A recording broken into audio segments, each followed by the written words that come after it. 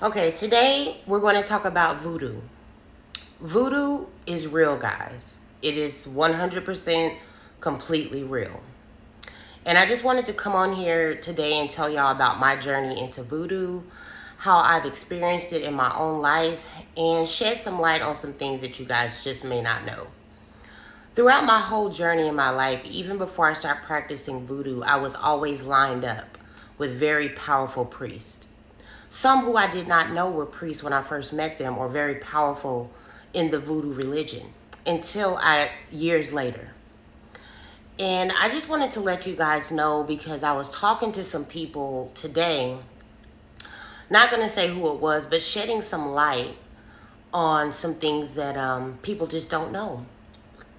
Like I was telling someone today that, a lot of Africans that come to America have voodoo with them when they come to America. They have voodoo with them to protect them, to guide them, to keep them on the straight and narrow, to make sure that what it is that they came to America for, that they achieve. And it's not so much that the voodoo they bring with them is to hurt other people. That's not what it's for. It's for their well-being, their family's well-being, their career, for their health. It's for them in general, just for as a help. It's like an invisible help that regular people can't see, but is here to guide them to make sure that what they set out for in America, that they actually accomplish. And there's so many different forms of voodoo, and I think that's why I really love the religion of voodoo as a whole, because it's practiced differently all over the world. You have Haitian voodoo, you have 21 divisions, you have New Orleans voodoo, you have African voodoo. And in Africa in particular, there are thousands of different forms of voodoo in the way that people practice. For instance, we would probably look at Legba in America pictured like this. And then in Africa, Legba is pictured like this.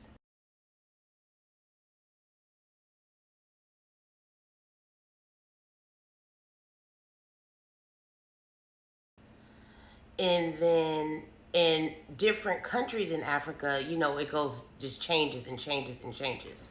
It doesn't mean that it's a different loa. It's the same loa, which is drawn or illustrated differently or venerated differently in different countries and different areas. But I wanted to give you guys a couple of story times, just stories that I've heard from my many friends from Africa, many friends from America, friends from Haiti. I'm going to tell you the African stories that I have today. So, I actually have someone that I'm connected with, I'll just say that, from Africa who is very high ranking in the voodoo community. This person is also a philanthropist, also a politician. So, looking from the outside, looking into this person's life, you would think straight, clean cut, well to do, straight A, just. But what many people wouldn't know is that they're a very powerful voodoo practitioner. And this person's particular power got placed on them under their skin. So I know you guys have seen different Africans with scars on their skin, scarification. Some of those scarifications are actually the home or interest point to where the spirit lives and dwells within their body. And so that's one of the differences that I wanted to talk about compared to American voodoo, compared to, you know, some of the Haitian voodoos. Like, it's different in Africa. It's kind of like compared to Palomayombe when they scar you and they enter the spirit into your body that way. And a lot of these people, or my friend in particular, you won't know that they practice. And that's why you won't know. You won't see altars all over the house. Like, you guys can see my altar behind me. You won't see candles everywhere. You won't see all of this. Basically, their altar is inside of them. It is like their altar lives with inside of them. And you know how in America and in Haiti and different countries, we give offerings on certain days of the week to certain spirits and things and so forth and so on.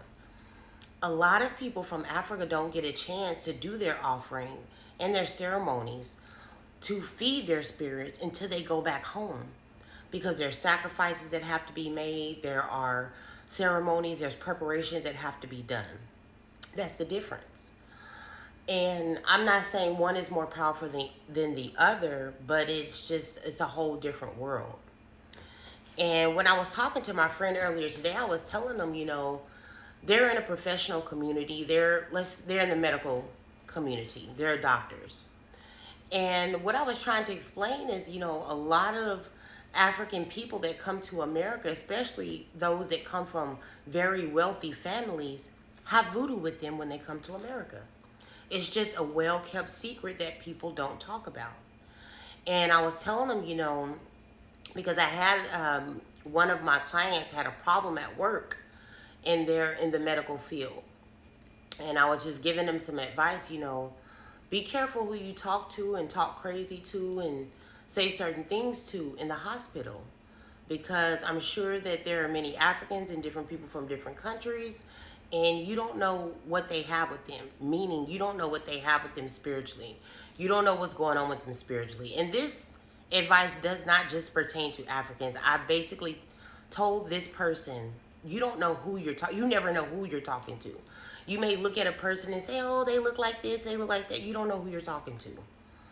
And that was my point. And so that the person I was talking to today started to ask me questions about my experience and what else have I experienced with people practicing voodoo.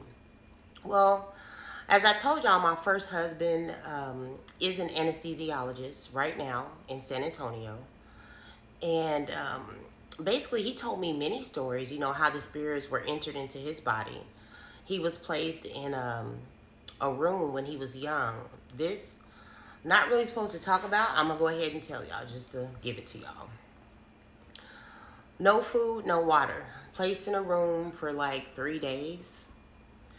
And there were 7 spirits that were placed into that room with him that were assigned to enter his body. And those 7 spirits entered his body, and he came out okay. But he told me most people that go through that ritual go crazy. They could die, anything. Most people can't withstand that ritual. So those 7 spirits that were entered into his body are basically to help him to get through school, basically to help him to be protected, family be protected, have money, have, good fortune, have all these things where nobody can knock him down and take him down. He also told me stories about there's a voodoo in Africa where if somebody bumps into you, like walking past you, you could just fall down and die. There's a voodoo in Africa where somebody could just bump into you and you would just fall down and die. There's also voodoo in Africa where they can just make it rain in one spot. There's voodoo where they can make animals appear out of nowhere. I mean, there's literally voodoo for everything. Voodoo, guys, is basically, it's intended to help you. It's intended to heal you. It's intended to bring you together. It's intended to make you a better person. There are just practitioners that use it for very bad and dirty things. Now, I know that you guys have seen on my page that, I locked somebody up, I did this, I made somebody come back. But the thing is, y'all don't know the story behind my cases. Y'all don't know what's really going on with my cases. Some of my people have been abused so bad, and they have been abused so bad for years by their target that it's horrible. It's horrific. So y'all may see me do certain things, but you don't know exactly like why I'm doing it or what's going on. But my point was just to come on here and talk about different forms of voodoo and how it works around the world and some of the stories that I have.